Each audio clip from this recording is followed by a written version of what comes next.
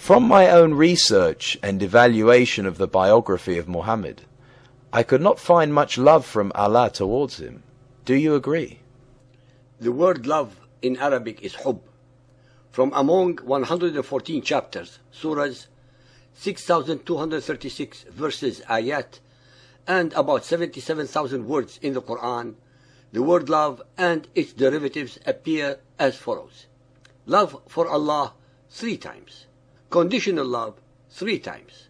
Not related to Allah 28 times. An abysmally small total of 34 times. In none of them is there an expression of Allah's love for Muhammad.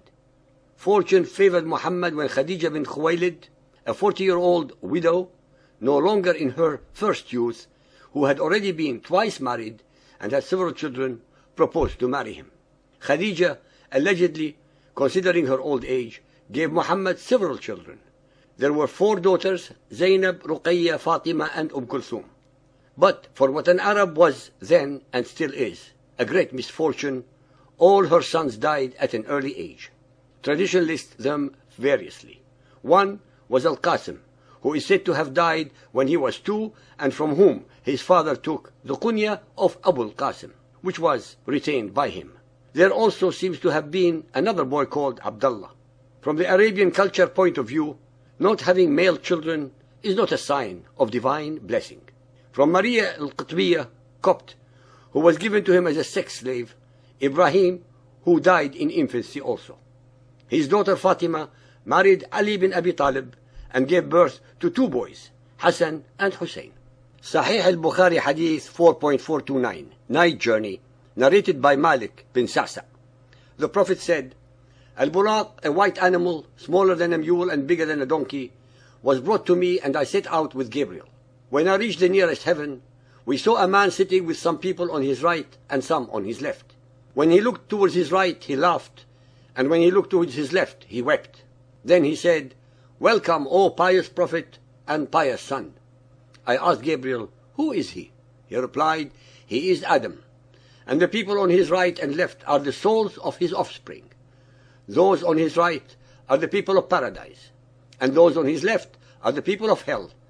And when he looks towards his right, he laughs, and when he looks towards his left, he weeps. Anas said, Abu Dahr added that the Prophet met Adam, Idris, Moses, Jesus, and Abraham. He, Abu Dahr, did not mention on which heaven they were, but he mentioned that the Prophet met Adam on the nearest heaven and Abraham on the 6th heaven. Then we ascended to the 7th heaven, where I met and greeted Abraham, who said, You are welcomed, O son and the Prophet. Then I was shown Al-Bayt al-Ma'mur, i.e. Allah's house. Then 50 prayers were enjoined on me. I descended till I met Moses, who asked me, What have you done? I said, 50 prayers have been enjoined on me. He said, I know the people better than you, because I had the hardest experience to bring Bani Israel to obedience. Your followers cannot put up with such obligation. So return to your Lord and request him to reduce the number of prayers. I returned and requested Allah for reduction, and he made it 40. I returned and met Moses, and has a similar discussion, and then returned again to Allah for reduction, and he made it 30, then 20, then 10, and then I came to Moses, who repeated the same advice. Ultimately, Allah reduced it to 5. When I came to Moses again, he said, What have you done? I said, Allah has made it 5 only. He repeated the same advice, but I said that I surrendered to Allah's final order. Allah's apostle was addressed by Allah. I have decreed my obligation and have reduced the burden on my slaves, and I shall reward a single good deed as if it were 10 good deeds. Sunan of Abu Dawood Hadith 247, narrated by Abdullah ibn Umar. There were 50 prayers obligatory in the beginning. And in the beginning of Islam, washing 7 times because of sexual defilement was obligatory. And washing the urine from the cloth 7 times was obligatory.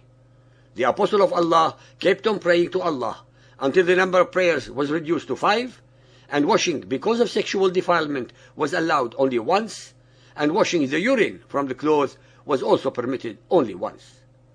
Al-Tirmidhi Hadith 5762, narrated by Abdullah bin Abbas. When some of the companions of Allah's Messenger were sitting, he came out, and when he came near them, he heard them discussing. One of them said, Allah had taken Abraham as a friend. Another said, he spoke direct to Moses. And another said, Jesus was Allah's word and spirit. And another said, Allah chose Adam.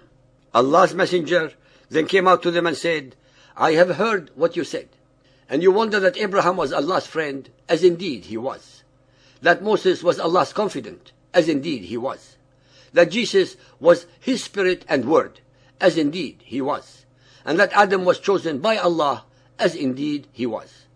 I am the one whom Allah loves, and this is no boast.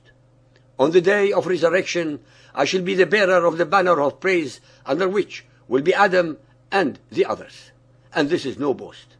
I shall be the first intercessor, and the first whose intercession is accepted on the day of resurrection. And this is no boast.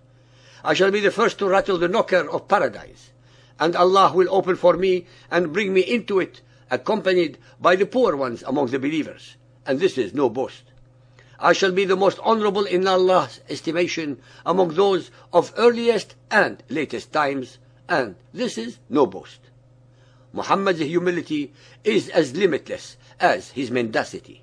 Not to have male children is definitely not a sign of divine blessing. To have Muhammad's grandchildren and his son-in-law killed in the prime of their life is also not a divine blessing. For Allah to ordain upon Muhammad and his followers 50 prayers a day is without a shadow of a doubt not a divine blessing. 50 prayers a day constitutes praying every 28.8 minutes of the day. There will be no time to sleep, to eat, to work, to rest, to have leisure, and to have sex. 50 prayers a day constitutes a punishment and not a divine blessing. It was only due to the intervention of Moses that saved Muhammad and his religion from oblivion. Muhammad accepted Allah's ordinance without understanding the magnitude of the burden that Allah was imposing upon him and his followers. Muhammad thought that the greater the number of prayers, the greater was his religion. It was Moses who had the intelligence to realize that Allah's ordinance was unreasonable, impractical, and unacceptable, and accordingly advised Muhammad repeatedly to negotiate better terms with Allah until ultimately he had to reduce the number of prayers to a more manageable 5 a day. Muhammad and Islam owes Moses an incredible debt of gratitude. The Quran portrays an Allah who so loved Muhammad that he was always ready to defend him, protect him, and advise him even unto the most intimate of his personal affairs, with the most appropriate and relevant verses that justified any and all of his actions, deeds, and thoughts. This perception is not at all supported by the most relevant facts that are mentioned in the Hadith, such as Allah did not see fit to talk directly to the allegedly best of all his prophets. All his communications were through the angel Gabriel, an angel who is only mentioned in the Bible and was received second-hand. Allah did not allow Muhammad to have any living male children. Allah later deprived him of his most beloved male relatives and descendants, such as his nephew Ali, his grandchildren Hassan and Hussein, and Al-Zubayr. Allah's love manifested itself in requiring Muhammad and his followers to pray 50 times a day, an onerous and impossible task to follow. This was later abrogated and reduced to the much more reasonable 5 only because of the very opportune and intelligent intervention of the Prophet Moses and his acumen in advising Muhammad to negotiate a more manageable number of prayers with Allah. Without the intervention of Moses, the Israelite and Hebrew prophet, there would have been no Muhammadan cult of Islam.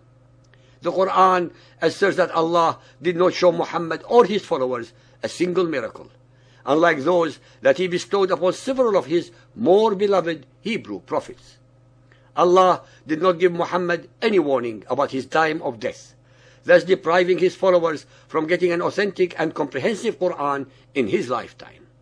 The after effects of this omission caused Muhammad's followers to fragment into as many, if not more, sects as those that he vehemently condemned among the Jews and Christians. In conclusion, and as usual with Muhammad, his Quran and the Ahadith we always have only Muhammad's unsubstantiated and unwitnessed words and events, that what he is telling us is the truth. We have also conclusively demonstrated that Allah is actually Muhammad's own alter ego and hence is not God. Based upon all the facts that we reveal, we leave it to our readers and listeners to decide.